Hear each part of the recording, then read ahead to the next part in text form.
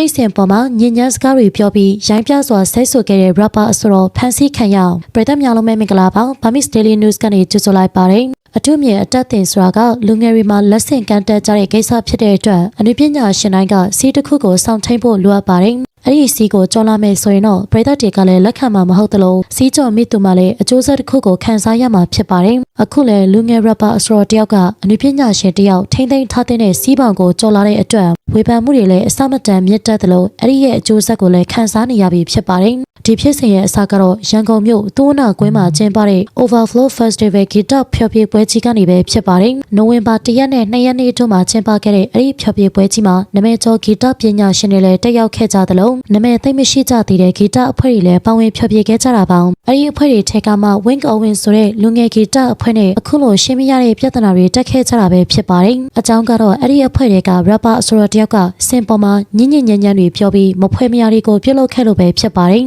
မူးနေတာလားယူနေတာလားတော့သိချာမသိရပေမဲ့အဲ့ဒီအဆိုတော်ရဲ့ပြောစကားတွေကမချောင်းဝဲမနာသားတွေပဲဖြစ်ကောင်းအတော်ကိုအတွေ့အမှားစီတဲ့စကားတွေလည်းဖြစ်ပါတယ်သူဟာ sex ကိစ္စနဲ့ပတ်သက်တဲ့ကိစ္စတွေကိုရိုင်းဆိုင်စွာအော်ဟစ်ခဲ့တာဖြစ်ပြီးအလုံးအော်နေရင်ကနေလည်းကွန်တုံးတွေကိုကျဲပြစ်ခဲ့လို့သိရပါတယ်အနောက်နိုင်ငံတွေမှာဆိုရင်တော့ဒီလိုမျိုးရိုင်းဆိုင်ညဉ့်ညမ်းတဲ့စကားတွေက rapper အဆိုတော်တွေအတွက်ပုံမှန် delay တစ်ခုဆိုပေမဲ့ယဉ်ကျေးမှုကိုအလေးထားတဲ့မြန်မာပြည်မှာတော့လုံးဝကိုလက်သင့်ခံလို့မရပါဘူးသူသဖြင့်အဲ့ဒီဖျော်ဖြေပွဲကိုအမျိုးသမီးငယ်လေးတွေရောအရွယ်မရောက်သေးတဲ့ကလေးငယ်တွေပါလာကြည့်ကြတာဖြစ်တဲ့အတွက်ဒီလိုမျိုးစီးမရှိကမ်းမရှိညဉ့်ညံ့ညံ့ပြောဆိုနေမှုတွေကလုံးဝကိုရှုံချတဲ့အရာပါပဲဒါတွေမဲ့လို့ဆိုရင်တော့မဟုတ်သေးဘူးရှင်ဒီပွဲကိုကျင်းပတဲ့ရက်တွေကမြန်မာလူမျိုးတွေအတွက်အလေးမြတ်ထားရတဲ့ရာသီပွဲတွေထဲကတရက်ဖြစ်တဲ့အတွက်အခုလိုလူမြင်ကွင်းမှာရိုင်းဆိုင်ပြောဆိုနေခြင်းကမြန်မာတွေရဲ့ delay ကိုတနည်းအားဖြင့်မလေးစားရလဲရောက်ပါတယ်ဒါကြောင့်အဲ့လိုပြောဆိုနေတဲ့ဗီဒီယိုပြန့်နှံ့ခဲ့တော့ကပရိသတ်တွေကအလွန်ဒေါသထွက်ခဲ့ကြပြီးသက်ဆိုင်ရာကနေအရေးယူဖို့အထိပါတောင်းဆိုခဲ့ကြတာပါဒီလိုတောင်းဆိုမှုတွေကြောင့်ရောခိုင်မာတဲ့သက်သေအထောက်အထားတွေကြောင့်ရောပါ